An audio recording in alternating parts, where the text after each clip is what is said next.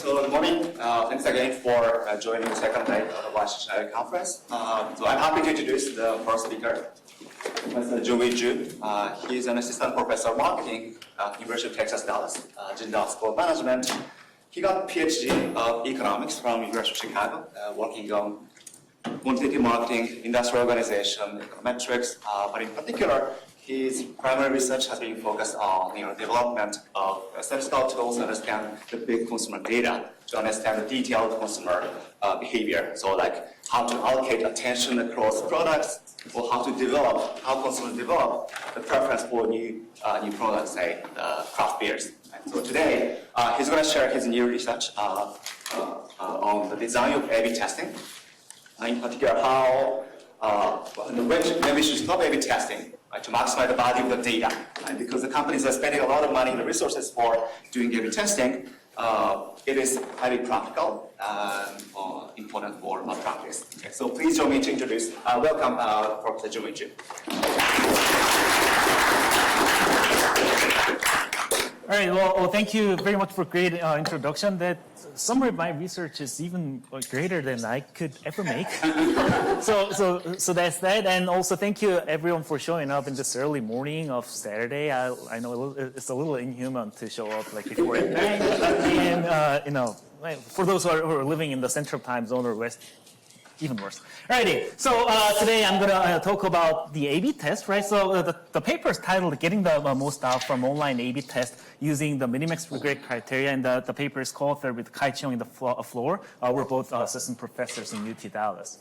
So here's a little bit of overview of today's talk. I'm going to do a little bit of recap on the power of business experimentation. I mean, we all know the experimentation, how important it is and all that, right? And then I'm going to pose the new challenges, right, in the experimentation and digital marketing era, right? So many of the things are online, digital.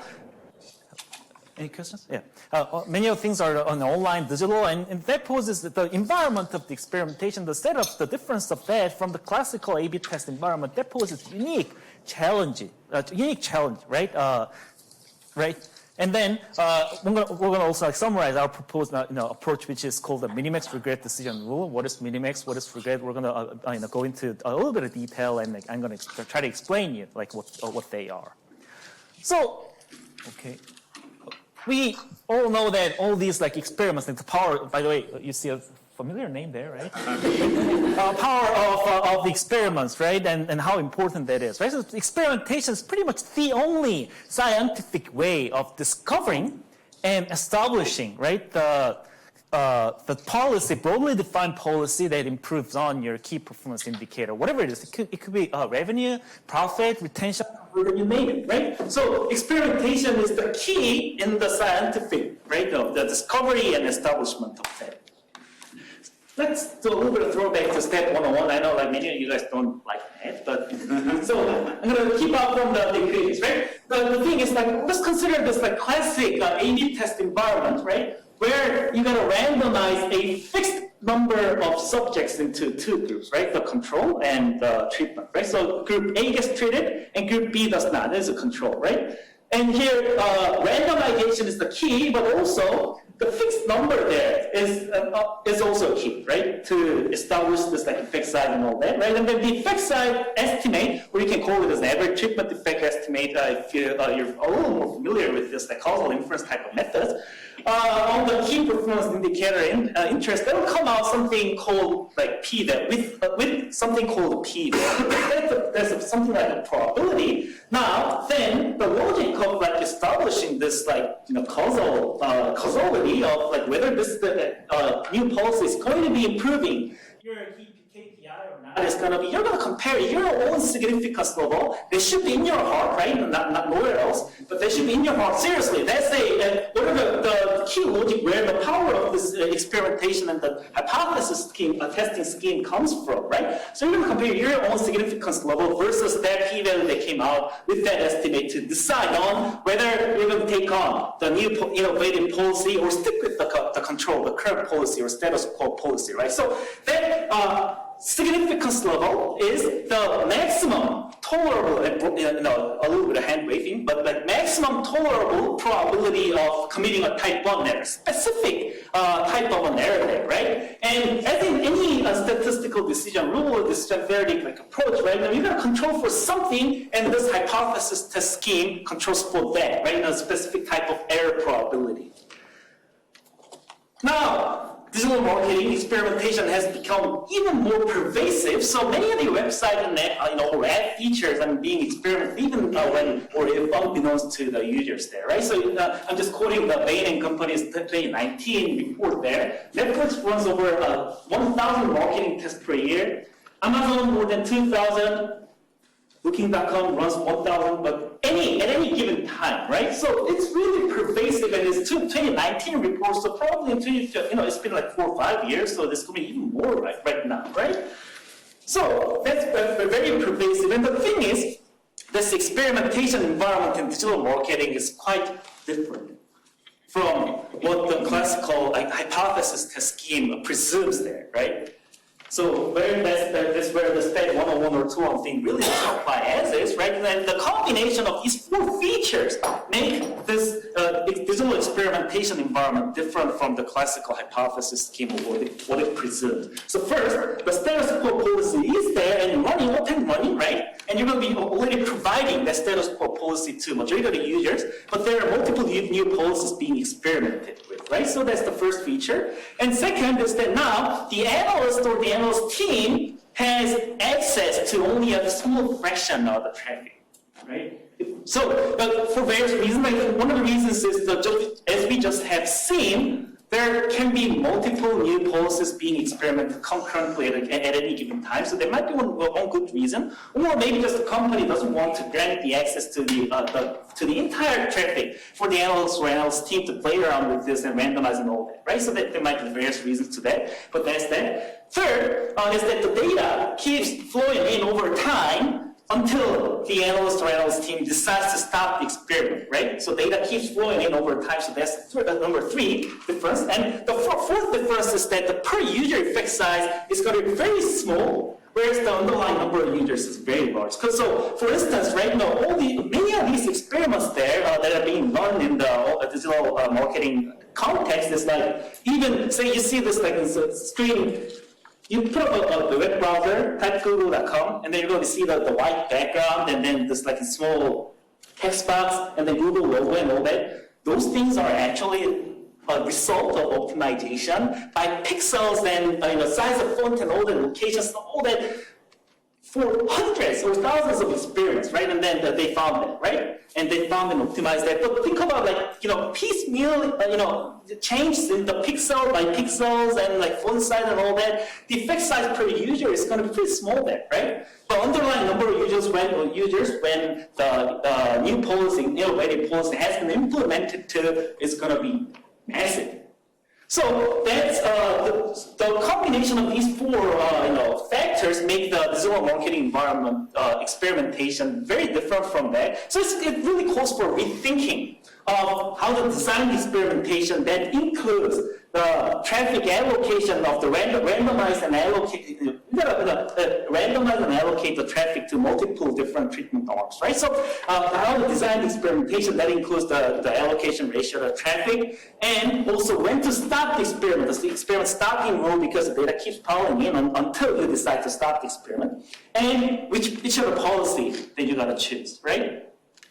So to fix the idea a little better, let me give you guys our application, the context, right? So this is, we analyzed this large mobile gaming studio experiment data where they have more than 20 million daily active users. I mean, the studio develops some casual gaming app, something like Candy Crush, right?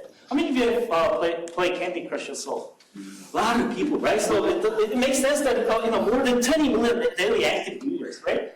I thought that you guys are all busy. But anyhow, so major revenue there is the in-app game item purchases, right? These game items make the passing the stages of the game a little easier, and the major lever of the company in this context is the game difficulty, right? So the company can adjust the difficulties without not much of facing their own difficulties, right? So when the game is a little too difficult, then the users are gonna just give up and leave. I'm not gonna come back. So there's a churn factor there. But also if the game is too easy, then users are not going to purchase the game. They're not going to spend money. So there's going to be some sweet spot on the game difficulty there. And therefore, the studio wanted to find the revenue improving difficulty. By running experiments.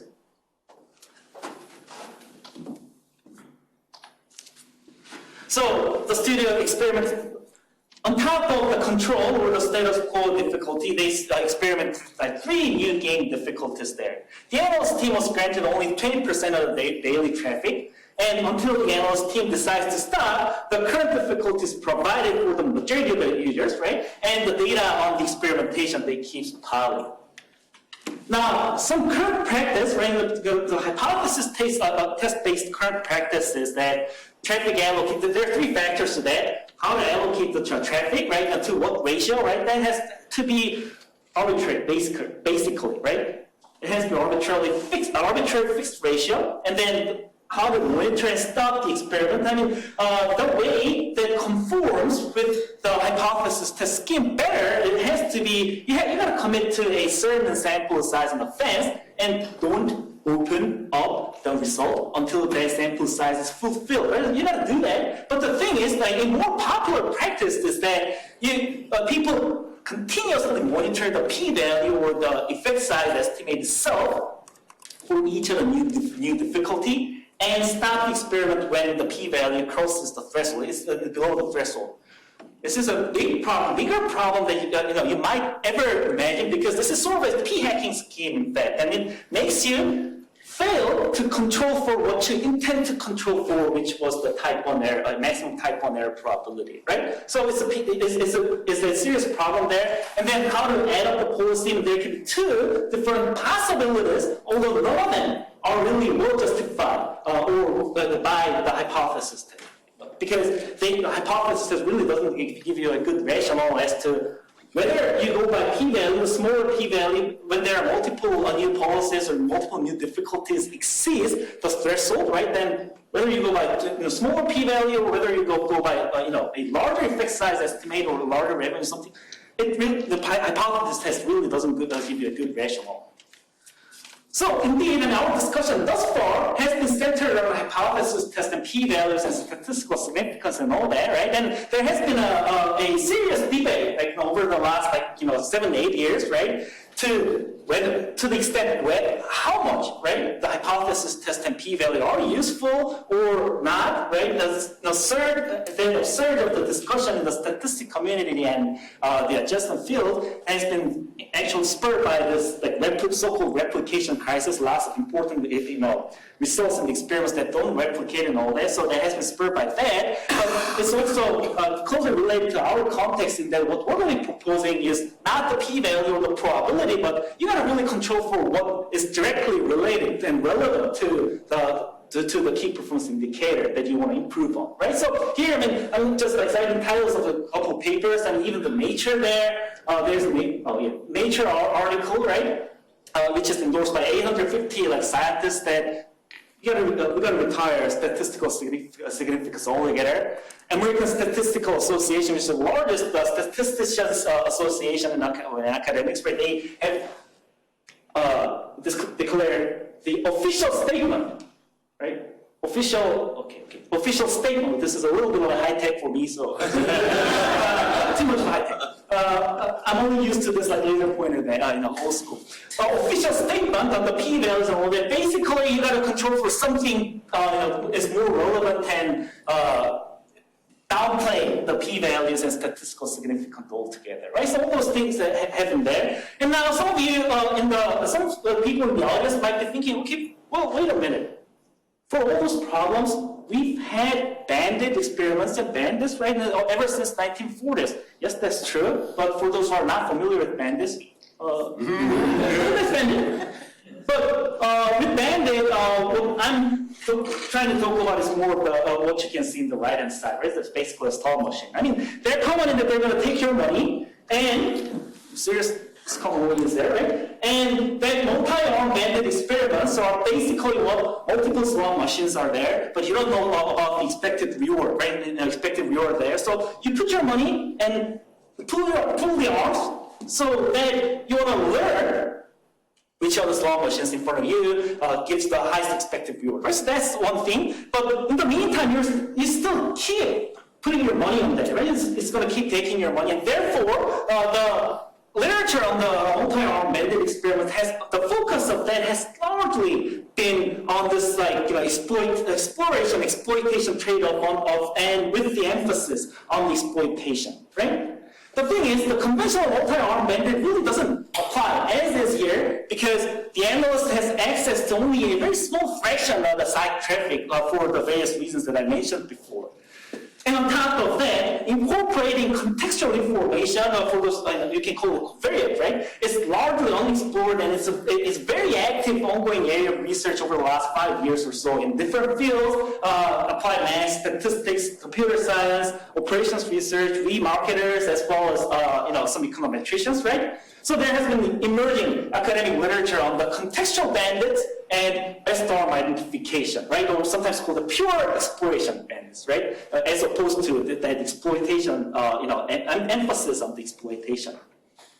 So now, here's a little bit of sneak peek of what we propose here in this paper. So we're going to start off from employing the notion of statistical regret. It's not a psychological regret, by the way. The statistical regret itself is not new in the bandits literature, but there are a number of features that discerns what we do even from the bandits literature. So the regret in this context can be, it boils down to the probability of committing either side of the error, either type of the error, type 1 error, type 2 error, and then multiply by net foreground value in your key performance indicator. So it's going to naturally have the same unit as what you want to improve on. For instance, if it's what profit or revenue, then it's going to have the dollar. And if it's going to be retention or conversion, then it's going to be have the unit of the number of users and so on and so forth, right? And then what we propose for is that we're going to directly control for what's a maximum regret or worst case regrets there,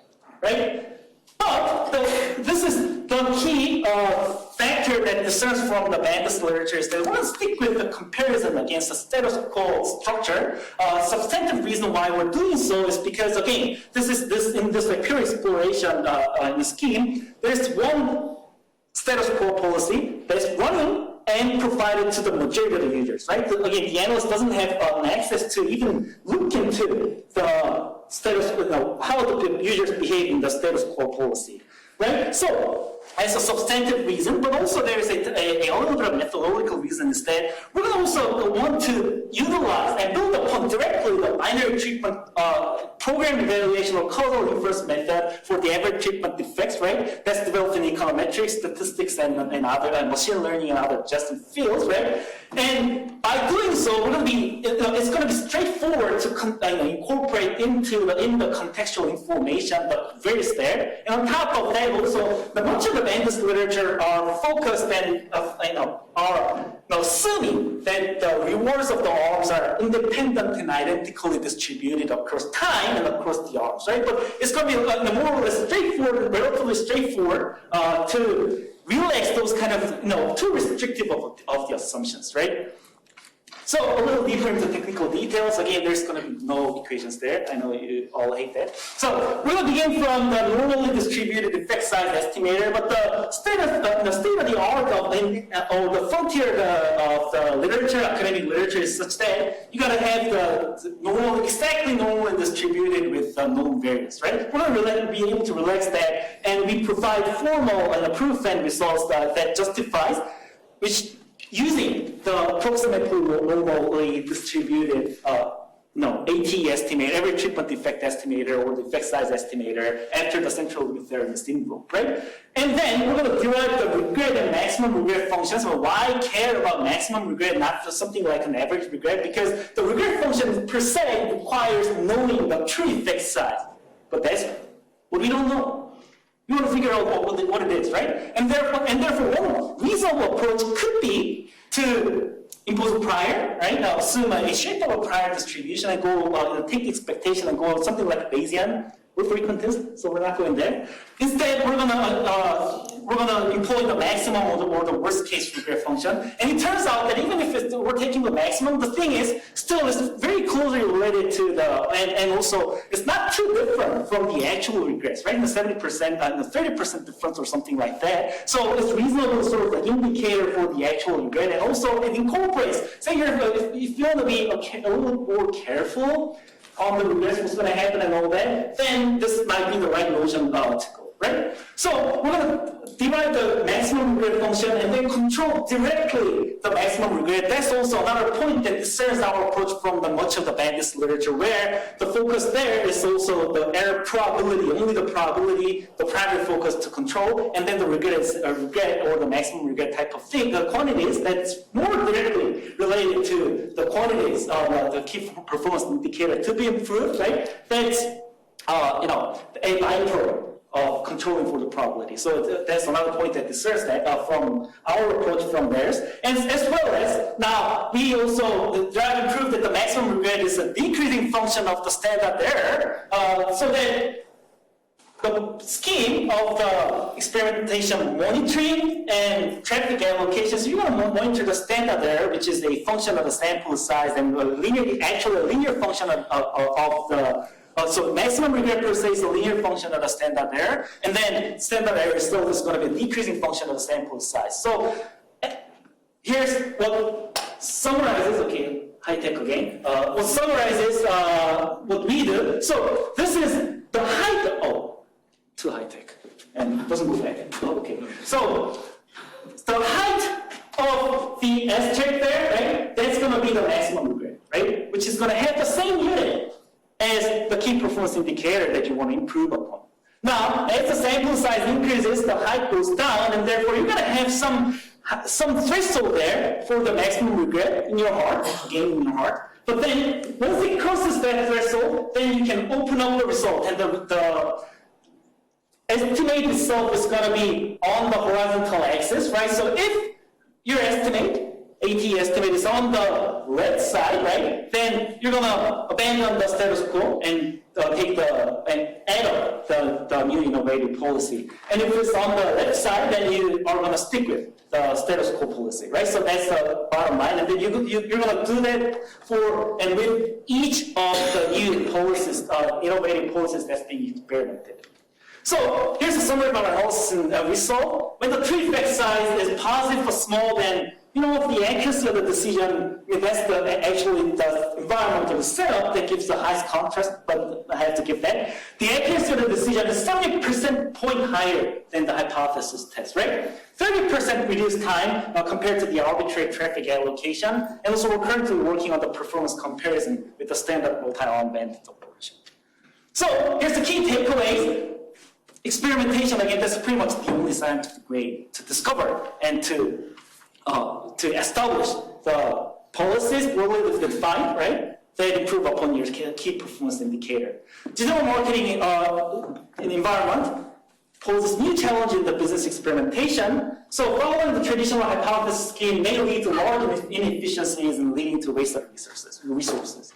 And we, academic community of marketing and management science, we strive for, and we have strived for, developing the right way of online experimentation. And this paper, this project is a small part of that. And our message here is that you gotta directly control for as a primary thing, right? The control for the quantity that matter. In this case, what we propose is the maximum regret, while utilizing the existing binary causal treatment effect that has a huge literature, right? And date back to like 1950s and 60s, right? So with that, I say thank you again, and especially for showing up this early.